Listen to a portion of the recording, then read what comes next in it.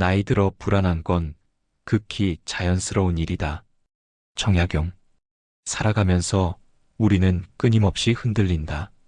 젊은 시절에는 미래에 대한 불안이 있었고, 중년에는 현실의 무게가 무거웠다. 이제 나이가 들어서는 또 다른 형태의 불안이 찾아온다.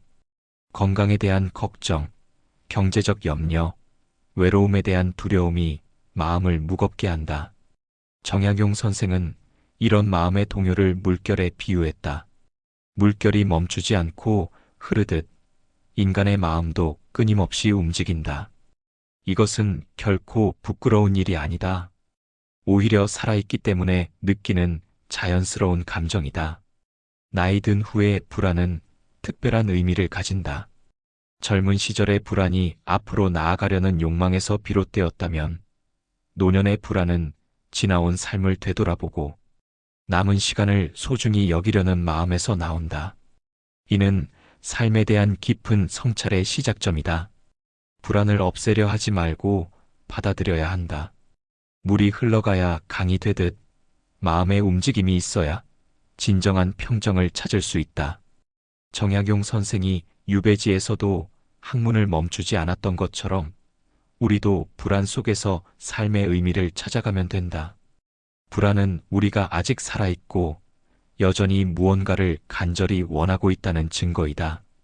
시간은 누구에게나 공평하게 흘러간다. 하지만 나이가 들수록 시간의 속도가 빨라지는 것 같다. 어제 같은 일이 벌써 몇 년 전 일이 되고 젊었던 시절이 아련한 추억으로 변한다. 정약용 선생도 유배지에서 세월의 무상함을 깊이 느꼈다. 그는 시간을 화살에 비유하며 돌아오지 않는 세월의 특성을 이야기했다. 세월에 대한 두려움은 자연스러운 감정이다. 남은 시간이 줄어든다는 생각, 못다한 일들에 대한 아쉬움, 사랑하는 사람들과 헤어질 날에 대한 걱정이 마음을 무겁게 만든다. 하지만 이런 두려움 자체가 지금 이 순간을 더욱 소중하게 만드는 역할을 한다. 정약용 선생은 유배라는 극한 상황에서도 시간을 허투루 보내지 않았다. 매일 일정한 시간에 일어나고 공부하고 글을 쓰고 사색했다. 세월의 무상함을 받아들이되 그 안에서 자신만의 의미를 창조해 나갔다. 우리도 마찬가지다. 세월을 원망하거나 두려워하기보다는 지금 이 순간에 집중해야 한다. 오늘 하루를 충실히 살고 작은 일상 속에서 기쁨을 찾고 사랑하는 사람들과 좋은 시간을 보내는 것이 세월의 두려움을 극복하는 가장 좋은 방법이다. 시간은 빨라도 그 안에 담을 수 있는 사랑과 의미의 깊이는 무한하다. 나이가 들면서 가장 큰 관심사 중 하나가 건강이다. 예전에는 당연하게 여겼던 몸의 기능들이 하나둘씩 약해지고 병원을 찾는 일이 잦아진다. 약봉지가 늘어나고 검사 결과를 기다리는 마음이 무겁다. 이런 변화 앞에서 불안해하는 것은 지극히 자연스럽다. 정약용 선생은 건강관리의 중요성을 누구보다 잘 알고 있었다. 그는 몸을 다스리는 일을 학문보다도 우선순위에 두었다. 유배지의 열악한 환경에서도 규칙적인 생활을 유지했고 적당한 운동과 절제된 식사를 실천했다. 거창한 건강법보다는 작은 생활 습관의 힘을 믿었다.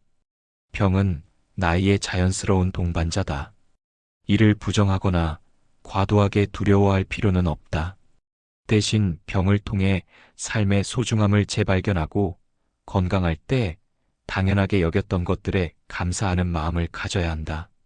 작은 통증도 몸이 보내는 신호로 받아들이고 그에 맞게 생활을 조정해 나가면 된다. 약에 의존하는 것보다 더 중요한 것은 마음의 평정이다. 스트레스를 줄이고 좋은 사람들과 시간을 보내고 자신이 좋아하는 일에 몰두하는 것이 최고의 치료법이다. 정약용 선생이 말했듯이 몸과 마음은 하나다. 마음이 편안하면 몸도 따라서 편안해진다. 경제적 불안은 나이 들어서도 계속되는 큰 걱정거리다. 은퇴 후 줄어든 수입, 늘어나는 의료비, 예상치 못한 지출들이 마음을 무겁게 한다.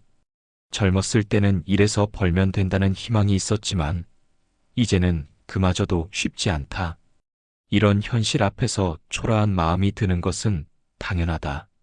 정약용 선생은 유배지에서 극심한 궁핍을 겪었다.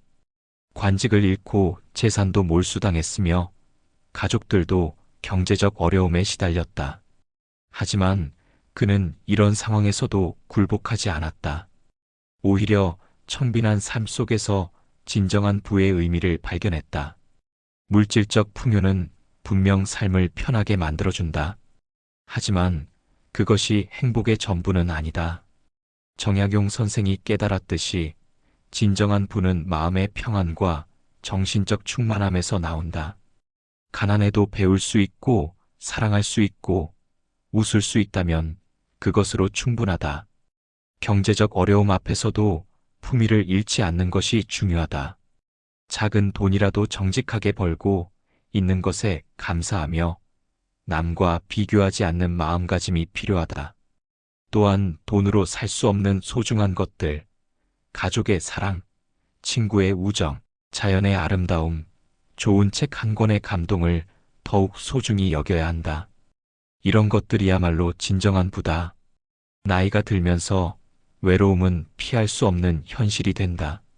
친구들은 하나둘 떠나가고 자녀들은 각자의 삶을 살아간다.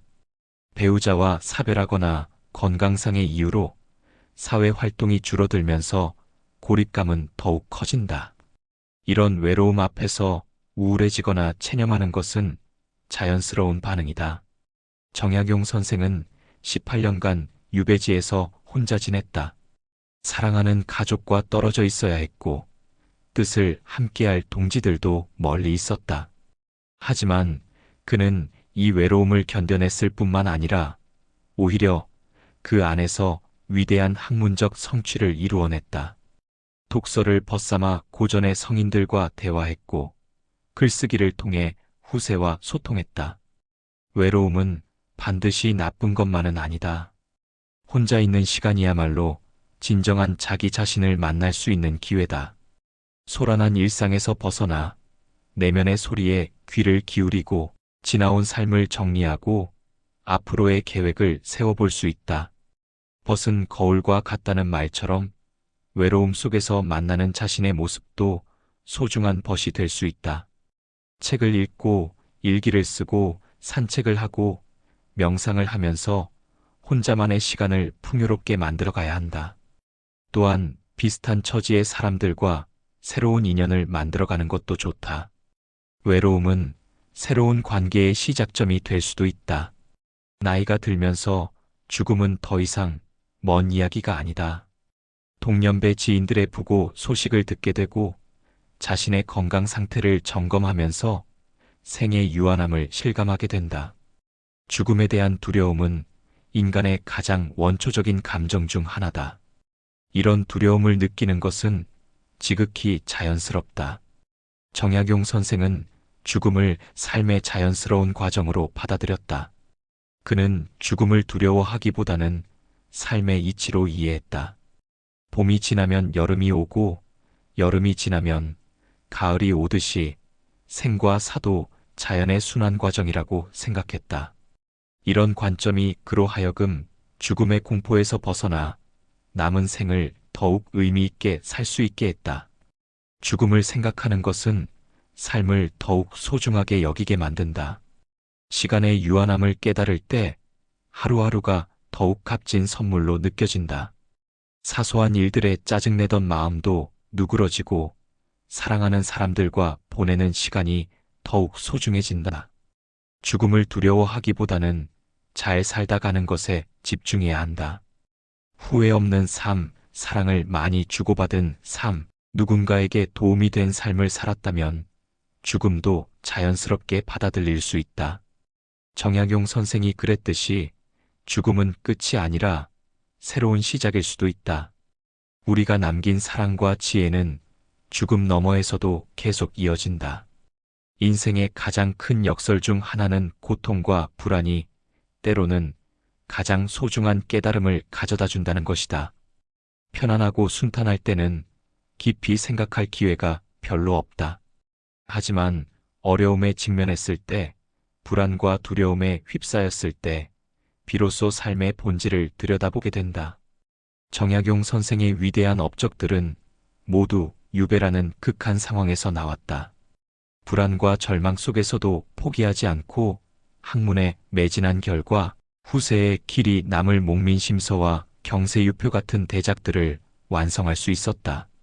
만약 그가 평탄한 관직 생활을 계속했다면 이런 깊이 있는 사상을 펼칠 수 있었을까 의문이다. 나이 들어서 겪는 불안도 마찬가지다. 건강에 대한 걱정, 경제적 어려움, 외로움과 같은 현실적 문제들이 우리를 힘들게 하지만 동시에 이런 경험들이 삶에 대한 더 깊은 이해를 가져다 준다. 무엇이 정말 중요한지, 어떻게 살아야 하는지에 대한 지혜가 불안 속에서 피어난다. 불안은 우리를 각성시키는 역할을 한다. 안일한 일상에서 벗어나 진정한 자신과 마주하게 만든다. 또한 다른 사람의 고통을 이해하고 공감할 수 있는 따뜻한 마음을 키워준다. 불안을 겪어본 사람만이 진정으로 다른 이의 아픔을 위로할 수 있다. 이런 의미에서 불안은 삶의 스승이기도 하다. 정약용 선생의 삶을 돌아보면 한 가지 분명한 사실을 발견할 수 있다. 그의 가장 빛나는 순간들은 모두 불안과 고난 속에서 나왔다는 것이다. 편안한 관직에 있을 때가 아니라 유배지에서 절망과 싸우고 있을 때 그의 진짜 모습이 드러났다. 불안이 그를 깨어있게 만들었고 더 깊이 사유하게 만들었으며 더욱 간절하게 살게 만들었다. 우리의 삶도 크게 다르지 않다. 젊었을 때는 모든 것이 가능할 것 같아서 긴장감이 적었다. 하지만 나이가 들면서 찾아오는 여러 불안들이 오히려 우리를 더 생생하게 살아있음을 느끼게 한다. 건강이 염려될 때 비로소 몸을 소중히 여기게 되고 외로울 때 인간관계의 소중함을 깨닫게 된다. 불안은 당연한 것이다. 살아있는 모든 존재는 불안을 느낀다. 내일을 걱정하고 사랑하는 사람을 잃을까 두려워하고 자신의 한계를 인식하며 초조해야 한다. 이런 감정들이 없다면 그것은 살아있는 것이 아니라 기계와 다름없다. 중요한 것은 불안을 어떻게 받아들이느냐이다. 불안을 부정하거나 피하려 하지 말고 그것이 주는 메시지에 귀를 기울여야 한다. 불안이 알려주는 것은 무엇이 소중한지, 어떻게 살아야 하는지에 대한 귀중한 정보다. 불안 속에서도 희망을 잃지 않고 하루하루를 더 의미 있게 살아가는 것이야말로 진정한 지혜다. 정약용 선생이 그랬듯이 불안은 우리를 더 깊고 풍요로운 삶으로 이끄는 나침반이 될 수 있다.